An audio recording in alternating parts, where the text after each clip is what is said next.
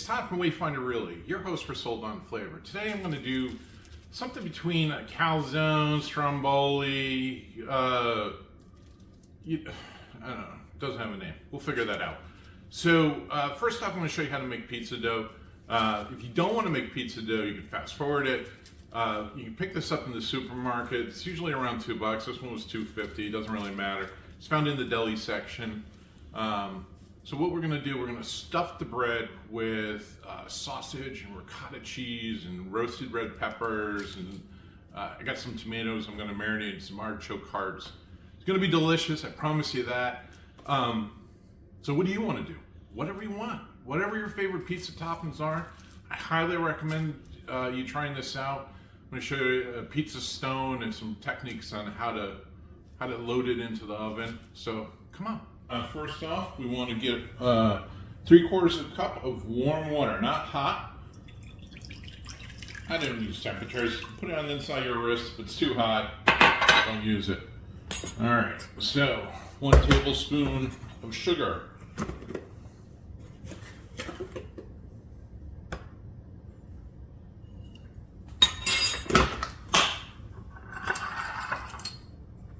And 1 teaspoon of dry active yeast. And what we are going to do is we're going to let this sit for about 5 minutes. Let the yeast wake up, almost like a teenager. All right, so I got about 2 more minutes going. As you can see, the yeast is starting to bloom. It's starting to wake up. You see little bubbles like erupting from the bottom, and that yeast is going to use the sugar as fuel. Okay, it's been 5 minutes. I'm going to put the olive oil into my yeast, sugar, water mixture, 1 tablespoon.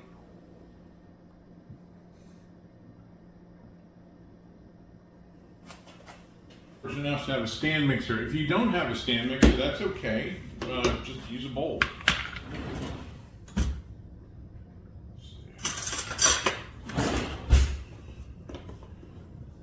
So the recipe calls for 2 cups of flour. Measure it out. I'm going to start with 1 cup. Put another cup off to the side here. 1 teaspoon of salt.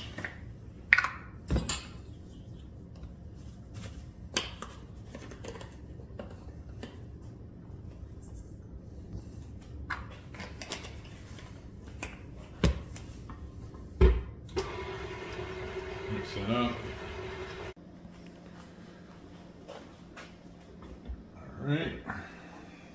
And I'm going to just dump that mixture into here. And start to blend that up. Now again, I still have a cup to go, a cup of flour to add to this, so I just want to give it a couple minutes. I want to add it slowly and make sure all the flour from the sides gets incorporated. Okay, so literally, as you saw, that just took just a couple minutes. If I didn't have to wait for the yeast to wake up, it would have taken like 3 minutes to make the dough. Now what I'm going to do, I'm going to scrape that into a bowl real quick and let that sit overnight, and we'll bake it off in the morning. Okay, there's my dough ball. I have it just sitting in a bowl. I didn't do anything with it. Throw some saran wrap on it. And in the fridge to tomorrow. Okay, I took 1 green pepper and I'm going to salt it, put some olive oil on it, and roast it in the oven real quick.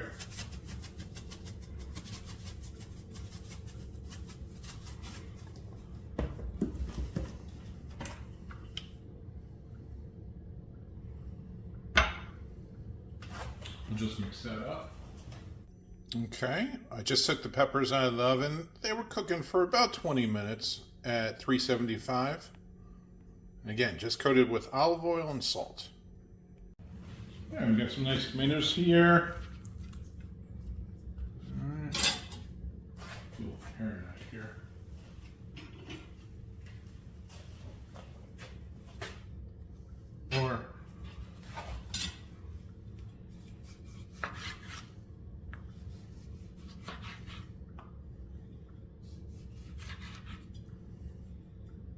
keep them fairly thin, they don't have to be thick.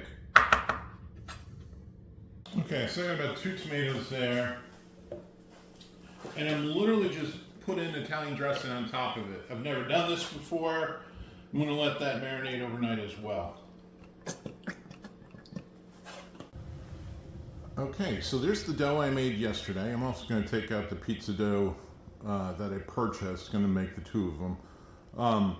This meal, literally, if you made the dough yourself, it's a $10 meal. And that's dependent on the toppings. And we'll go over the toppings as I made it, but I have sausage, ricotta cheese, an Italian blended cheese, artichoke hearts, tomatoes, roasted green peppers. I'm going to baste it with an oregano, cheese, garlic oil. So dough changes. The younger the dough, usually the chewier the dough is. There's a part when it goes too far the other way too. So you don't want the dough to be too old. So the sweet spot's usually at least 24 hours. If not, but no more than 48, I would say.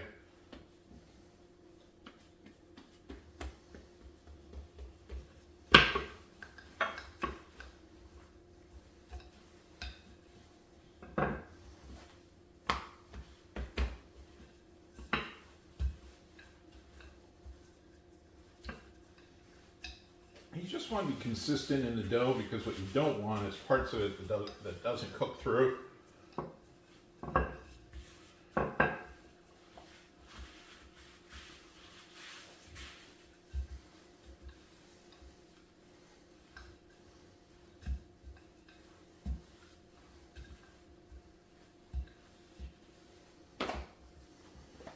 Okay, so now I have a cut-in board here, a little plastic cut-in board. The reason I did that is I'm going to be cooking on a pizza stone that's preheated for about a half an hour. And what I want to know is make sure that I don't have pizza dough that's bigger than the stone. I want it to drip off and make a mess into the oven. So, I wish I had a wood peel, I don't. So a little cornmeal here, I'm going to sprinkle that onto the cut-in board, because I want the pizza dough to slide off onto my baking stone, like that. Okay.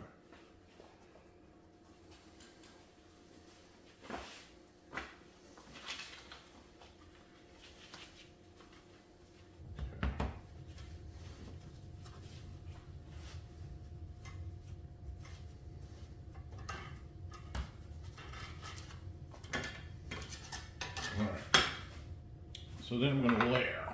So I'm just going to put my tomatoes in.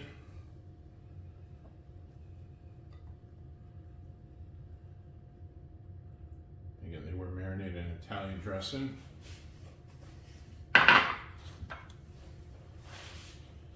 Peppers.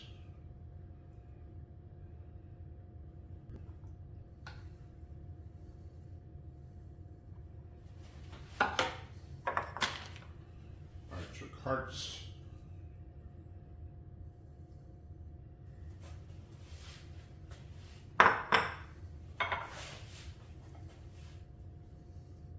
Just a mild ground sausage fried up.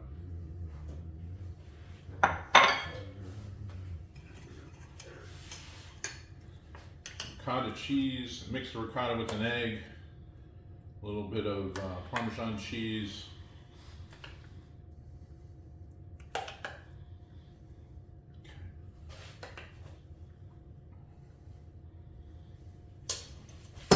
Then this Italian blend.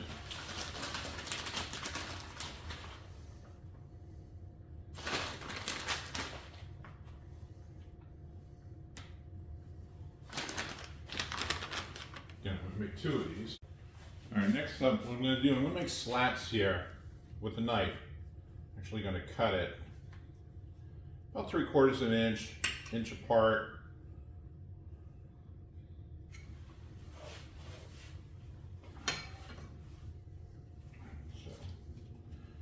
Bottom. do, just like tying your shoes, you're gonna fold up one over, then another one over.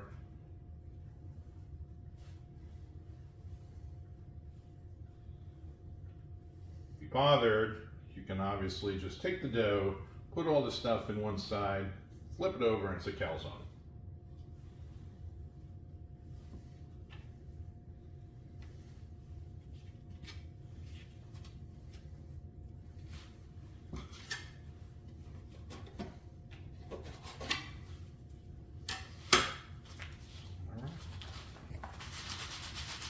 See that little bit of wiggle? So now I can feed it right into the oven on the stone.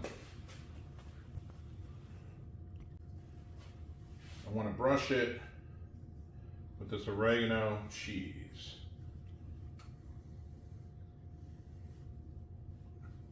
Olive oil mixture. What this is going to do is going to give it that nice crust, a nice brown colored crust.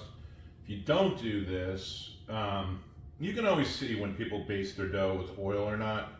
It just looks dry and powdered.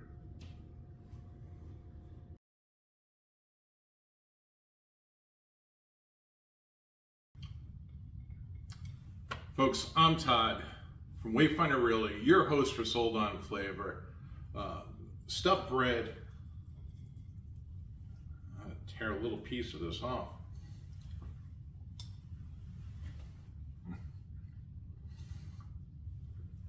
Now this is a dish to be shared with a friend in your new home. Give me a call. Look forward to speaking with you and hope you have a great weekend.